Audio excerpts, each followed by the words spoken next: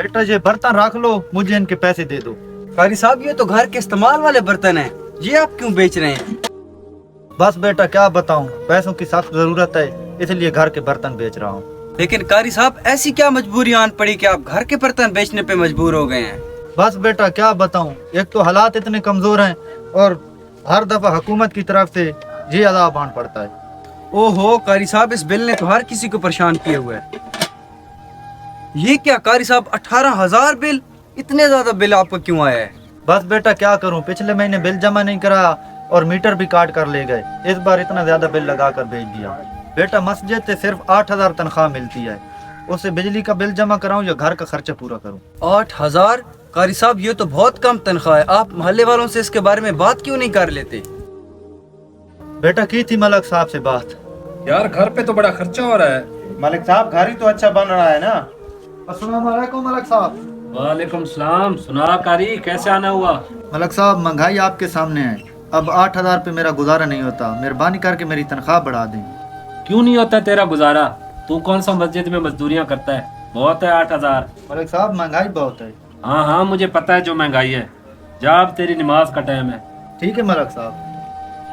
मौलवियों को भी आजकल पैसे की पड़ी हुई है। कारी साहब कितने बेजमीर लोग हैं ये। कारी साहब आप परेशान ना हो, ये बर्तन आप रखें, मैं आपके मोहल्ले वालों से अभी बात करके आता हूँ।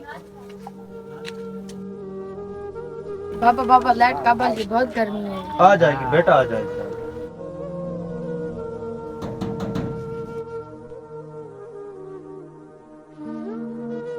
मलक साहब घर पे हैं? बाबा जान सो रहे हैं।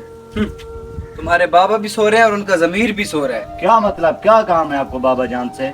काम क्या होना है, भूखे पेट की गर्ज ही एक गरीब को अमीर की दहलीज पे ले आती है। यहाँ तुम लोग एसियों पे मजे से सो रहे हो और वहाँ तुम्हारा इमाम साहब अपने घर के बर्तन बेचने पे मजबूर है। अगर इमाम साहब को कोई चीज चाहिए तो बाबा से आके मिल लेना। आकर मिले थे तुम्हारे बाबा से, लेकिन उनका कहना है कि इमाम साहब 8,000 से घर चलाएं। अब 8,000 से इमाम साहब भला अपना घर चलाएं या अपने घर का बिल अदा करें? तुम्हारी तो पॉकेट मनी भी 8,000 से ज्यादा होगी। 8,000 तो बहुत कम है। इमाम साहब के घर का मीटर कट गया है, उनके पास बिल अदा करने के पैसे नहीं है। आप भी मेरे साथ चलें और कुछ मोहल्ले वालों के साथ मिला के इमाम साहब का मसला हल करते हैं। चलो।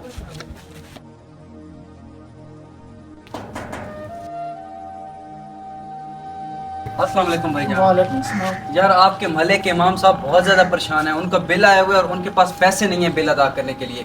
हम लोगों ने सोचा है सारे मिल के उनकी कुछ मदद करते हैं। यार मेरे अपने हालात खराब हैं। हालात की खराबी ने इंसान को इतना अंधा किया हुआ है कि उसे अपने हमसायों की तकलीफ का कुछ एहसास ही नहीं है। 50,000 का मोबाइल तुमने अपने हाथ में पकड़ा हुआ है, अभी भी तुम्हारे हालात खराब है। वहाँ तुम्हारे मस्जिद का इमाम अपने घर के बर्तन बेचने पे मजबूर है। खुदा का कुछ तो शुक्र अदा करो यार।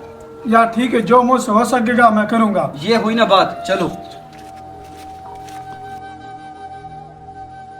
ये हैं आपकी मस्जिद के इमाम साहब, जिनके पीछे आप नमाजें पढ़ते हैं, जिनसे आपके बच्चे तालीम पाते हैं, और ये इनके बर्तन हैं जो आज गुर्बत की वजह से बिकने वाले थे। इमाम साहब हम बहुत शर्मिंदा हैं कि आप हमारे होते हुए भी इस तकलीफ में हैं। ये ले कुछ पैसे और मैं अबू से कहकर आपकी तनख्वाह बढ़ाता हूँ। इमाम साहब मैं भी बहुत शर्मिंदा हूँ, ये ना कुछ पैसे, आइंदा भी मैं आपकी मदद करता रहूँगा। ये मेरी तरफ से भी।